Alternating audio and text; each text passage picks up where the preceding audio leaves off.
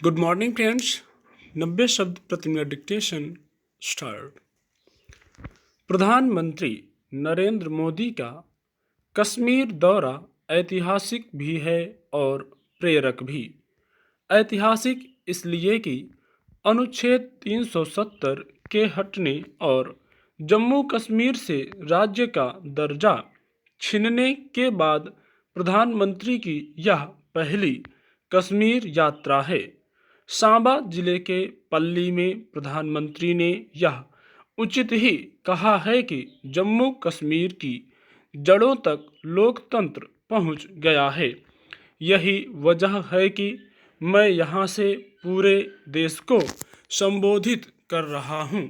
वाकई कश्मीर में पहले जैसा माहौल नहीं है। सुरक्षा जब कड़ी हो गई है, निचले स्तर पर सरकार काम कर रही है, तब लोगों को भी राहत का एहसास होने लगा है। हालांकि कुछ हिंसा अभी भी जारी है, लेकिन उसका आतंक पहले जैसा नहीं है।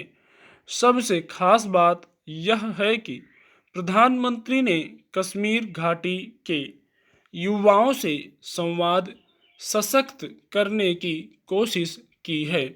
इसमें कोई दो राय नहीं कि कश्मीर में शांति और विकास की पहल के लिए युवाओं की भागीदारी सबसे जरूरी है।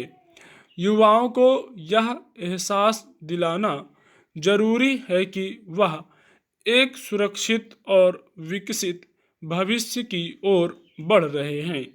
कश्मीर घाटी की कम से कम पिछली 2 पीढ़ियों के हिस्से समस्याओं की जो विरासत आई है, उससे पीछा छुड़ाना जरूरी है। प्रधानमंत्री ने इस केंद्र शासित प्रदेश के लिए लगभग 20,000 करोड़ रुपए की कई परियोजनाओं का उद्घाटन या शिलान्यास किया है। अगर इनमें से आधी परियोजनाएं भी पूरी हुई तो कश्मीरी युवाओं को रोजगार मिलेगा और उनकी दशा दिशा बदलेगी। बनिहाल काजीगुंड सड़क सुरंग का उद्घाटन भी बहुत महत्वपूर्ण है। उपयोगी और बड़ी परियोजनाओं का उद्घाटन जब कोई बड़ा भारतीय नेता करता है, तब इससे पूरे देश को मजबूती मिलती है और भटके हुए युवाओं को प्रेरणा। सरकार को अपने स्तर पर रोजगार बढ़ाने के अलावा निजी क्षेत्र में भी बड़े पैमाने पर रोजगार की जरूरत है। इस बात को यदि हमारी सरकारों ने समझ लिया है, तो फिर कश्मीर में स्थिति पूरी तरह सामान्य होने की दिशा में बढ़ चलेगी। जिस गति से वहाँ बुनियादी सेवाओं को सुधारने की दिशा में काम हो रहा है, उस पर सभी को गौर करना चाहिए। प्रधानमंत्री ने पल्ली में 500 किलोवाट के सौर ऊर्जा संयंत्र का उद्घाटन किया है। मतलब यहाँ देश की पहली कार्बन न्यूट्रल पंचायत का सपना साकार होने वाला है। विकास के ऐसे द्वीप ही घाटी को राहत का एहसास कराते हुए रास्ते पर लाएंगे।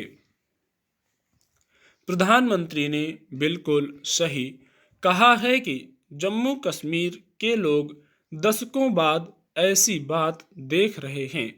विकास का ढांचा जैसे जैसे मजबूत होगा, स्थानीय लोगों का सरकार पर भरोसा बढ़ेगा।